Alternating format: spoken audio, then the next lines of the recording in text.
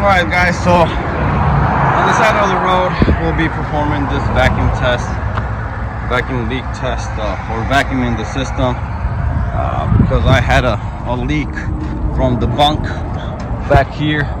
I put some new gaskets, but we're gonna see if they hold. I got this from Amazon, the new kit. We'll see how it goes. Already with the oil provided. Put this back in there. And okay. This tape, well, actually the cap, and just press it there. All right, so we have our manifold gauges connected. Both valves are closed already. So we're gonna connect our red line to the high side. Then we're going to connect our blue line to our low side. Okay, and like they said, you can't go wrong. It's blue. Blue is low, red is high. Okay, and now we're going to open our gauges here, our manifold gauges. Open this up as well.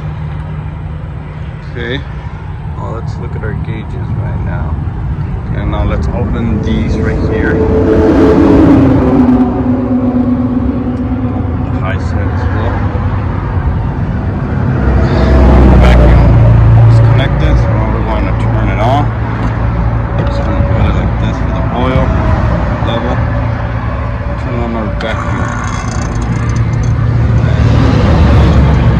Right away it went.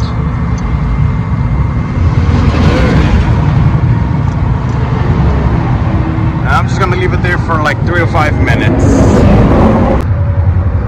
All right, 5 minutes passed by, so I closed both of these valves and turned off the vacuum. And we're just gonna wait maybe like 5-10 minutes, see if it holds vacuum.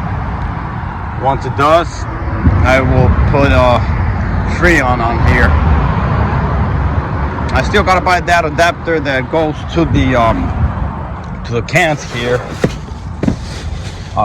but you know, right now I'm gonna have to just stick at this with the adapter that these come with. As by, I know some people wait 45 minutes, but when I'm on the road, I don't have 45 minutes to wait around. You know, it hasn't moved. I mean, if there's a vacuum leak, I mean, if there's still a leak, I'm gonna be able to notice it. But for right now, holding all right. It's too hot. Gotta get that AC going. So now I'm just gonna close these valves again so we can remove them. Remove the high side, remove the low side. We're gonna put, you know, everything back in the box. Put this cap back on there. Put everything back in the box, and we're gonna refill with Freon.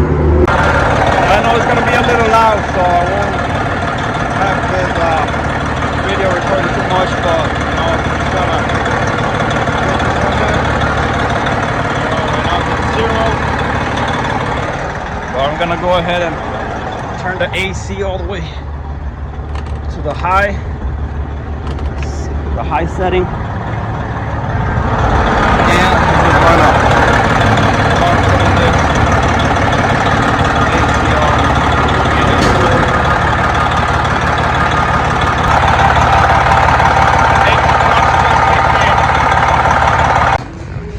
Alright, so that didn't work, so I'm gonna just go with plan B. I know I could have replaced all the lines, but I don't really use the bunk bed AC as much, so I'm just gonna, I cut them off, and I bought some. I know they sell the kits to cap them off, but you know, this is what I'm working with right now. 5/8 compression with the 5/8 cap, and 3/8 compression with the 3/8 cap. And I'm just gonna put that in there, cap it off. Okay, so I was able to put both of the compression fittings there. That's how it's gonna look. I'm just gonna zip tie these right here so they don't move around. I'm gonna go ahead and do the vacuum on the system right now, and then go from there. All right, once again, got the manifold gauges on, got the vacuum, and we're gonna vacuum this for about another 35 minutes. Probably gonna just leave it for like 15 minutes while I do other things on the truck. Aside from the AC, for some reason I'm getting a water seepage, so I'm gonna have to caulk all around those joints or unions, whatever you call those. So I bought white outdoor silicone. I had already done this in the past on the other side. I've never done it in the back, so I'm having water seepage. Probably these Freightliners Columbia's 2006 and 2007, I think they have the same issue. All right, so I think this one is actually working. I don't see any leakage, anything leaking there. I was able to put 1.5. I know I'm still gonna need one more, but as you guys can see, the clutch is spinning. So we got Freon on in there. Let's see how, if it's blowing cold. Let's see.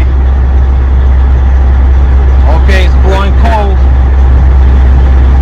I know I'm gonna need maybe one more can because it was at 30 psi right now, but it's finally blowing cold. All right, I know it's not the best job, but you know, put silicone around there, silicone over there as well, and in the back.